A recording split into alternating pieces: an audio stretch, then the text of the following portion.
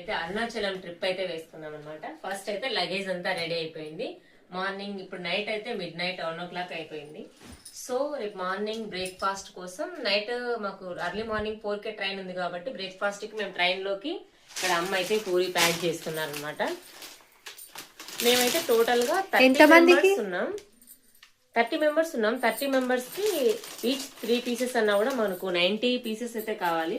So ఇక్కడ అమ్మ pack చేస్తోంది. ఇక నా పూరి అయితే ప్రిపేర్ చేస్తున్నారు. ఓకేనా, ఇంకా ఇక్కడ పూరి ప్రిపేర్ చేస్తున్నారు సిస్టర్, అలాగే నా ఫ్రెండ్.